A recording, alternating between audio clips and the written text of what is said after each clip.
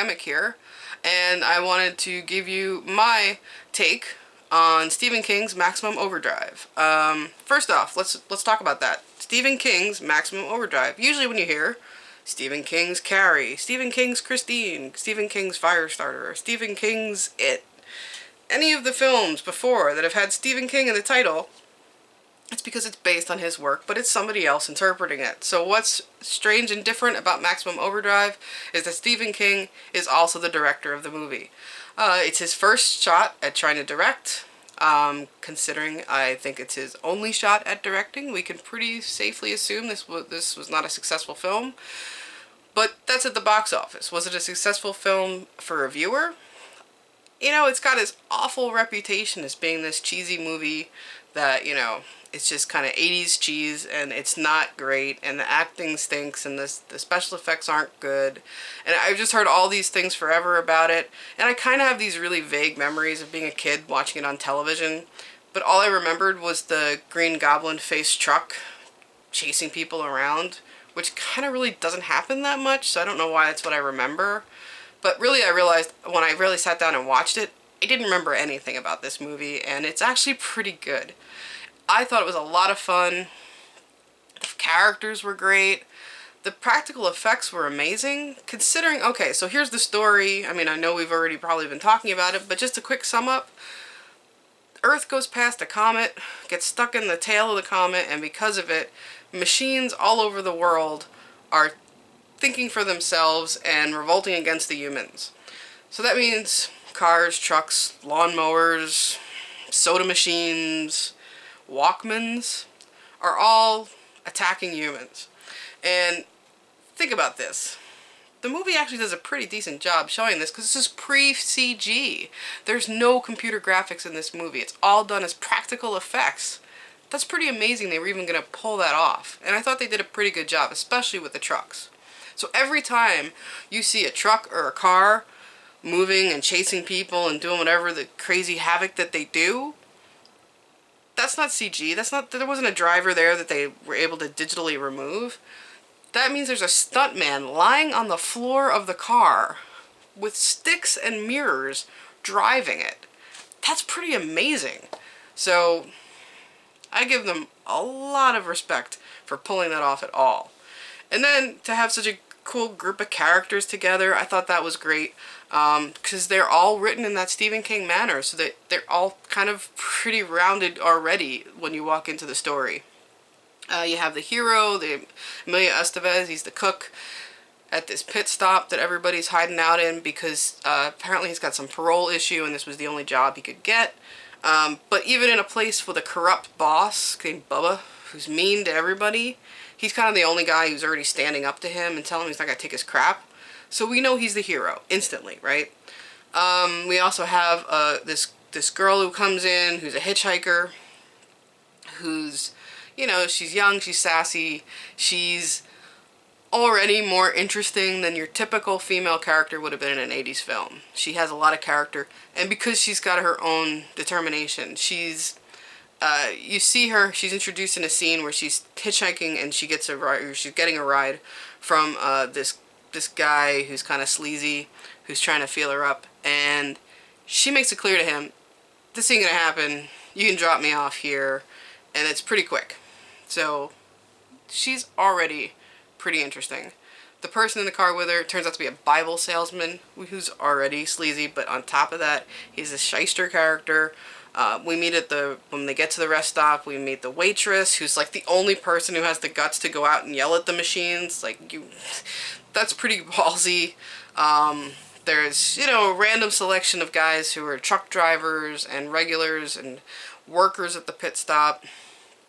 You get the one kid who is a survivor from a scene we see across town where a baseball team gets attacked by a soda machine, which is, yeah, see, this is the thing. All of these premises are pretty silly, but, you know, King takes care of it in a way that's fun, and it harkens back maybe to a lot of 50s films where you have, like, these teens in a town working together against, like, aliens or mutated bugs or whatever. So it has this kind of feeling of almost really what it is it's a smaller version of the Birds.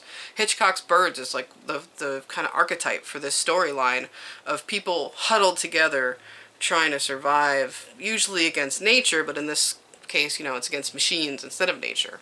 Night of the Living Dead is the same thing. I mean, it's people banding together in a small place to try and survive the night. That's all it is. So this is just a different version of that. And in some ways scarier because it takes place in broad daylight and there's still nothing you can do, right? So I think it's still a pretty effective film in a lot of ways. Yeah, it's silly. It's a silly idea, but it's fun. And I don't have anything wrong with that. Speaking of how fun it is, there's two characters that I really liked. It's a newlywed couple that comes in and ends up being chased along the way and end up at the pit stop too. Cool thing about that is the bride is Yardley Smith. Name might ring a bell, but her voice definitely will, because once you see her and hear her, you're gonna know that that's the voice of Lisa Simpson. How cool is that? It's funny to see her acting in a role since we're all kind of used to her being a voice actress now, but it's pretty fun. She's like a really good comic relief character, and her husband's kind of the straight man to her, kind of silliness and kind of overbearing, naggy kind of newlywed wife, but it's a fun duo that work together well. I mean, that is the thing that King does best, is he creates characters that we want to learn more about, and he gives them insight, and the words that he gives them are always something you want to hear. I mean, it's always interesting. So, overall, I say it was a pretty good movie. I enjoyed it. I didn't expect to. I thought it was really good. So if, like me, you checked out the movie by picking up the Vestron Video Blu-ray, don't forget to check out those extra features. So the special edition is full of these mini documentaries about the making of the film, and they're great because they're done by Red Shirt Productions. Red Shirt, that's Michael Felcher's company. He always does an excellent quality interviews. He gets the people that you really want to hear, and some people you didn't know you wanted to hear the stories from, and he's very good at picking and choosing the right little tidbits of information. I learned a lot about the making of the movie. I learned about the people who worked on it, the town it was made in North Carolina, in Wilmington. Really great special edition. There's a really cool little excerpt from the guy who played the kid in the film, talking about how nice Stephen King was and how great he was on set to work with, and how, he definitely put everyone at ease. But to emphasize how relaxed he was working on the film set, he said that King had like a little personal computer he was using, and he was constantly writing, and he just happened to ask him how he's doing one day. And Stephen King said to him, "Oh, I'm doing great. I got a really good one I'm working on right now. It's got a clown in it." So, come on, the guy obviously had no pressure making this movie, because not only is he directing his first film, but at the same time he's writing one of his first big, huge, epic stories. That's the thing you have to remember about Maximum Overdrive. Yeah, Stephen King is even in the trailer telling you, I'm making this movie because I figured if I wanted it right, I'll do it myself. Because it's obviously a nod at The Shining and how unhappy he was with that film. But even if he screwed this up, it didn't matter. He was still Stephen King. He was still going to be the biggest author in America. So, no skin off his nose if this movie was great or if it was just something fun that he did. I think we have to look at it like that. It wasn't supposed to be a great movie. It wasn't supposed to be some massive, deep storyline. It's just supposed to be a fun flick. And it succeeds in that. So I give it a thumbs up. I definitely approve and recommend for a fun time, especially if you're a Stephen King fan. It's worth checking out. Now, for the fantasy casting, this is the tough part for me. But there were two things that I wanted. I definitely wanted to be able to get a couple of genre faves in there, so that people like me would kind of notice those nods to the audience. And I also realized that we had some good comedic moments, so I wanted some good comedians, and you gotta, at the same time, like it or not, you gotta have some young, new character actors that are gonna bring in a younger audience. So this is what I came up with. The first person I cast was the Bible salesman. That sleazy con man from the film. I thought that would be a fun role for Bruce Campbell. He could totally pull that off. I mean, look at him in Ash versus the Evil Dead. He's practically that character already. Now he just has to be Southern. On top of that, I would put as the boss, Bubba. I think John Goodman would be fun for that. He can totally pull off the mean, weird, jerky guy, I think, if he's done well. The kid in the film, okay, let's be honest. If you make a horror film these days, you gotta include any of the kids from Stranger Things. It's kind of like a rule, I think. So, going with that rule, I picked Caleb McCullough. I don't think I've seen him in anything but Stranger Things, and all the other kids I have seen so much lately that I think it's Caleb's turn to get another role. Let's see. Oh, the driver of the Green Goblin toy truck. Okay, like it or not, I'm a fan of Rob Zombie's films.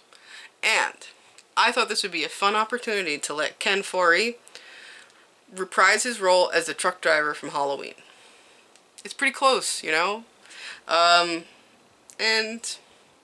you know what? If you don't like zombies Halloween, fine. I still like Ken Foree because of Dawn of the Dead and From Beyond. So I still want him in here. Anyway, next up, we have the comedic couple, the newlyweds. I really wanted to capitalize on the fact that they were the comedic element in the story. So I thought, let's put two great comedians in there, and I picked Patton Oswalt and Leslie Jones. I thought they would be a great pairing. Yardley Smith's character in the movie is a lot of nagging, a lot of, you're not going to do that, you shouldn't do that, don't do that, you know, are you dead, you know. Leslie Jones could totally pull that off, and I think Patton Oswalt would be a good straight man to her. I think the two of them together would be great. The waitress, the one who yells at all the trucks, you know, we made you, we made you. That one, I thought that would be fun for a nod to horror fans to make that Lisa Wilcox. Now, Lisa Wilcox played Alice in Nightmare on Elm Street 4 and 5. Yes, I like those films. And she was cool because she played a waitress. She was a high school kid, and her job after school and on the weekends was as a waitress at a local diner. So I thought it would be a fun nod to see her years later still a waitress at a pit stop. I thought that would be just kind of a fun little thing.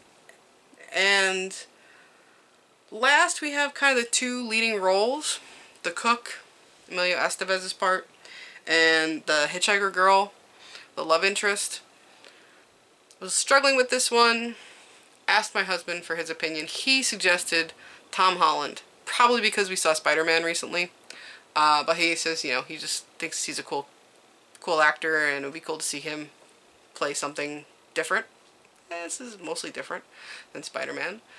But if you're going to put Tom Holland in there, then I'm going to say let's just go full-on Spider-Man and pair him with his MJ and put in Zendaya.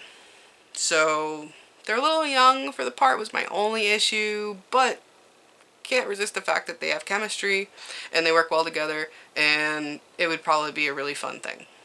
So, all that together, those are my picks for the fantasy casting for the Maximum Overdrive remake.